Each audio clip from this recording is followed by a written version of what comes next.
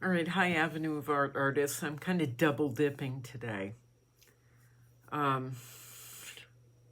made a video earlier about filling out a form with the city or sending in the email with the descriptors of the work we did for Avenue of Art to the city. Denise emailed it out to all of us. Obviously, if you have any questions, please contact Denise. I know I ran into one issue, and so I'm trying to find a solution for it where we are.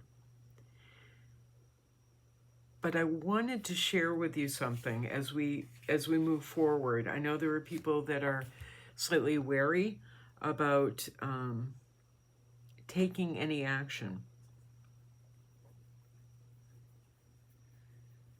or speaking up at all. I don't give a shit anymore. I really don't. I don't. This is the second project of mine they've destroyed. Both of them were done outside the law. And I need to address, I know I need to address them. I cannot allow this to happen again to anyone. So I am willing to throw myself in front of the train for this because I can't, this is not going to continue as far as I'm concerned, this type of ambivalence and lack of respect for the art community. But I want to share with you something. Wherever I go all day long, I am stopped and people tell me how much Avenue of Art meant to them. Not artists necessarily. It's people around the community, around Sarasota. I've been in Burns Square and people have come up to me and said, I came here from out of the city. I came here for the weekend and I took my friend down to Burns Square to see the artwork on the sidewalk and it's gone. I had two girls that were just stunned and had tears in their eyes, seriously, because they had planned an entire weekend around seeing Avenue of Art. That's how extraordinary this project was. And it's how extraordinary this fight is. Because as I said, every day, all day, wherever I go, Trader Joe's, Whole Foods, you know, the lofty places, down to diners and coffee shops, just walking down the street, I'll get stopped and people will tell me how sad they are that the city did this to us. And by us, they don't mean just the artists. They mean all of us, to the community that wasn't allowed to speak, that wasn't allowed to voice their opinion, that wasn't even asked what they had to say.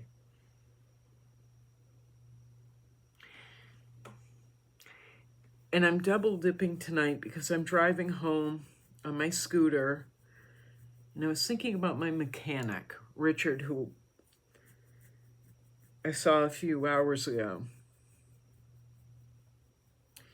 And I was driven to the mechanic shop by a friend, and we're all standing there chatting, and Rich stopped. It's the second time he's done this. He just stopped, and out of the blue he said, "I am so sorry about Avenue of Art." And he, again, got teary-eyed over it. And this isn't a guy that cares about art. He doesn't care. He is broken-hearted over our loss. He was saying that one of the proudest moments of his life was as silly as this sounds, was dropping my scooter off to me last year while I was painting in front of Sea Alliance. He said he pulled up with my scooter on his trailer, and there I was bent over on the sidewalk painting, sweat pouring off of me because it was 95-degree weather and I was in the sun.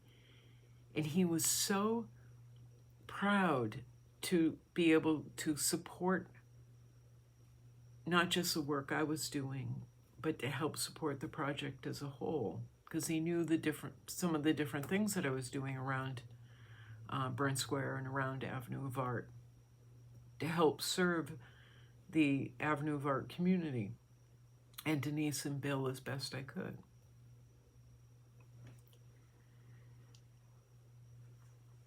He doesn't normally deliver scooters, but he went out of his way because of what we were doing in the community. And tonight when I picked my scooter up, as I said, he just stopped dead, and he was telling me and he was telling my friend how important this was to him. And he refused to let me pay the full bill because it was his way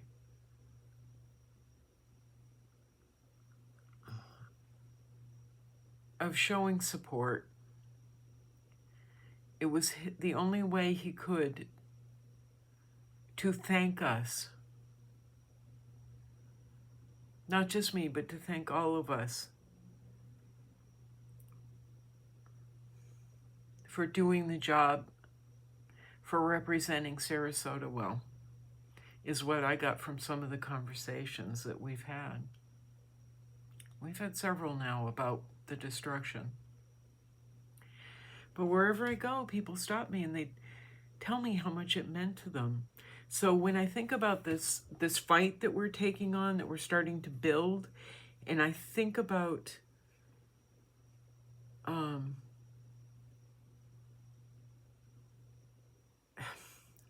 how difficult this could be or not be, or who knows.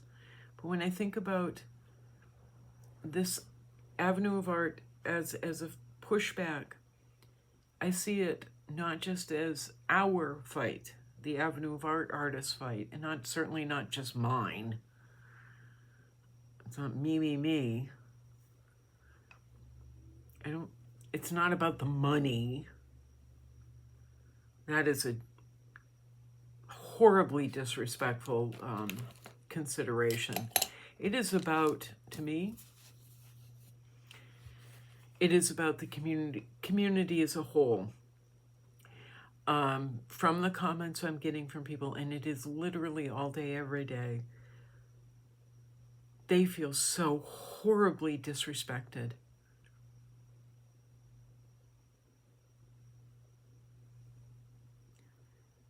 So we are symbolic as artists. We are symbolic of people who feel trampled on, who feel they have just been brushed off and shrugged off and ignored by City Hall. And we could look at this as look at our individual involvement as frightening and, oh my God, we might get blackballed by the city. Oh no, heaven forfend. They tell me no to another project again. Heaven forfend, I stand up for myself. I get it. And at the same time, we've got to raise the bar for ourselves, and we have to raise the bar for the art community and the people around us. We really do. It's time.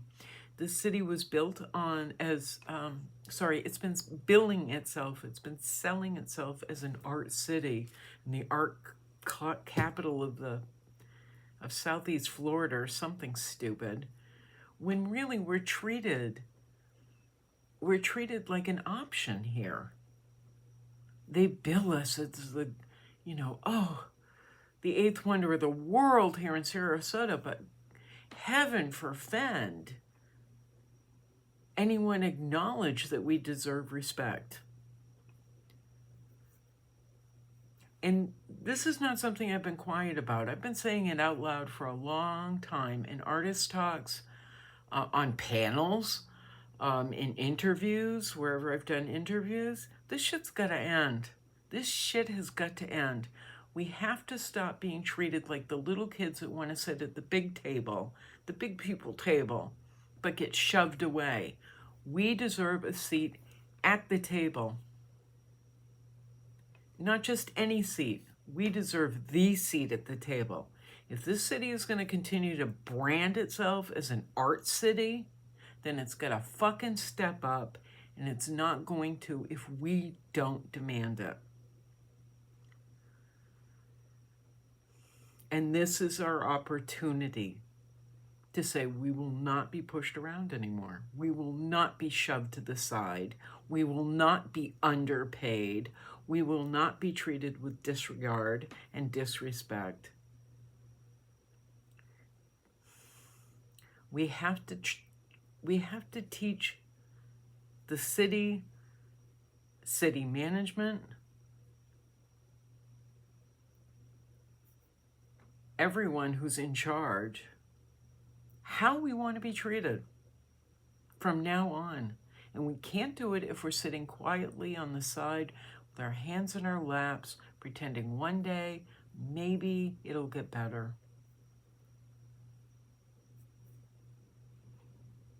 We can't. I actually had this same discussion a couple of hours ago with an artist downtown who's doing some work downtown.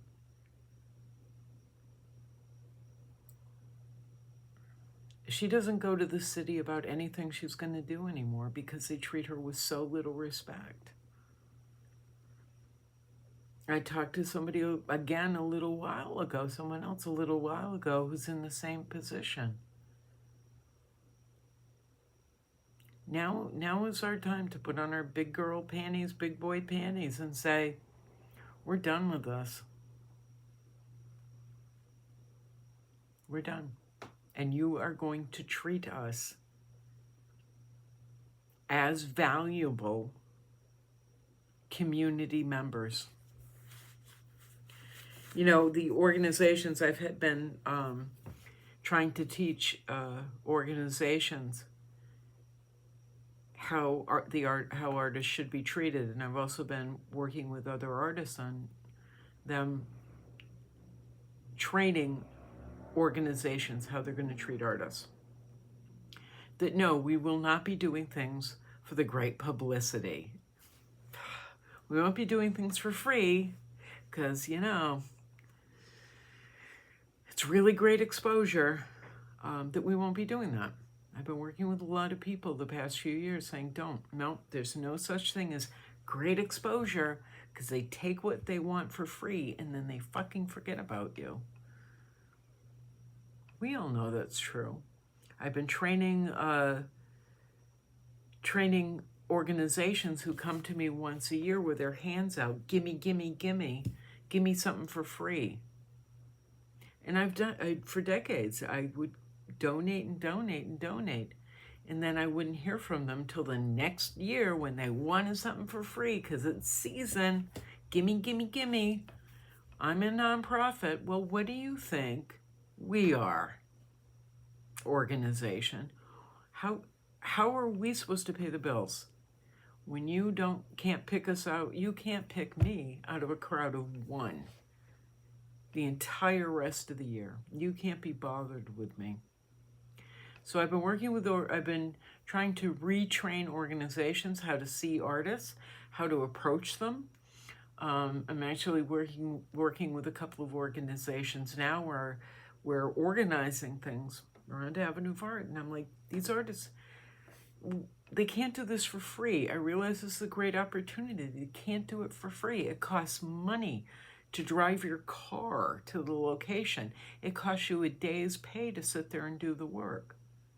They need to be treated, artists need to be treated with respect. But anyway, we're not going to get the respect that we know we deserve if we just allow this erasure to blow over.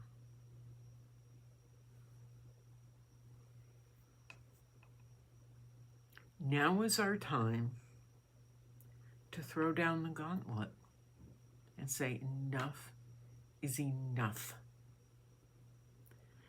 For ourselves individually, for people like Denise and Bill, but for our artist community, and also our supporters. people all over Sarasota just feel trampled on. So with this fight, we're speaking on behalf of more than just ourselves. So it's something I would like artists to consider, Ave of Art artists to consider as they're weighing out what they do.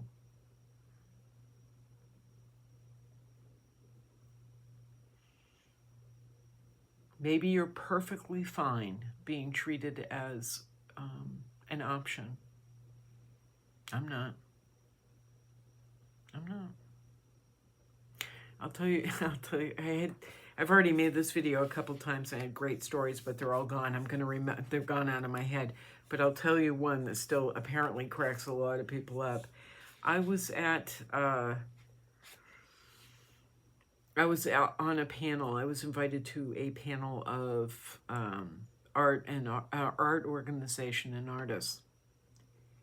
And the people that put it together, the guy that put it together, we do great things. We are just so wonderful. We do we are just, and they're patting themselves on the back and sitting up proudly. And I'm getting madder and madder and madder and madder. Because they're just so wonderful, and they're so good to the art community here.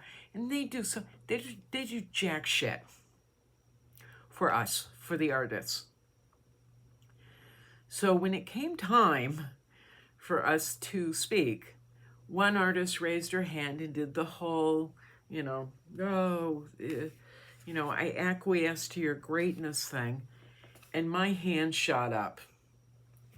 And I was, yes, what would you like to say? And I said, we were supposed to explain who we are to this guy that's never been to a single thing of mine. We've never met before, and I don't care. And I looked at him and I went, hang on. I looked around the table and I said, who here? I'm reminded of this story quite a bit because it cracks people up that were there. But I said, who here is an individual artist? And the hands shot up. And the art organizations kept their hands down. And I said, who here has done events over the last, 2-3 years? And the hands stayed up. As an individual artist, who here has done an event over the last 2-3 years, the hands stayed up. And I said, all right, now, individual artists, who here has seen a single leader from the art community show up to one of their receptions, one of their openings, one of their shows? The hands went down. I turned to the host and I said, that's the fucking problem. You don't show up to anything. I said, I did 30 shows. This was last year. I said, I did 30 shows, over 30 shows last year. How is this the first time you and I have met? I've been winning awards. How is this the first time you and I have met? Now let me tell you who I am.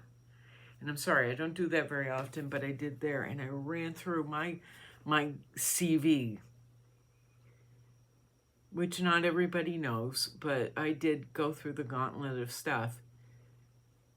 And ended with, I just got done doing a fellowship that had included Pulitzer Prize winners.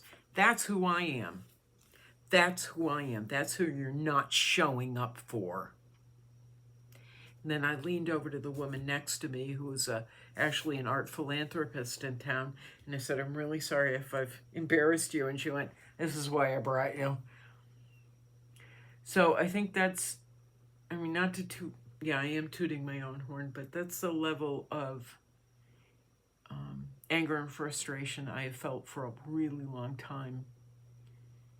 And the individual artists came up to me afterwards and were like, thank you for saying that, because their hands started going up and they started reading the riot act to every art organizer in town that had been patting themselves on the back. I want you to know that. I want you to feel it and I want you to hear it. Because now is your time to raise your hand and speak up for yourself. All right, it's been 20 minutes. I tend to do this a lot. I've made almost 1,000 videos over the last 12 years on YouTube, so I feel obliged to just talk. Plus, I have gray hair, so I can do anything I want. But now is the time for you to raise your hand and not ask permission to be heard or ask permission to be seen. It is time for you to raise your hand, stand up, and demand the respect that you and our community deserves. You're welcome. The end. Ciao.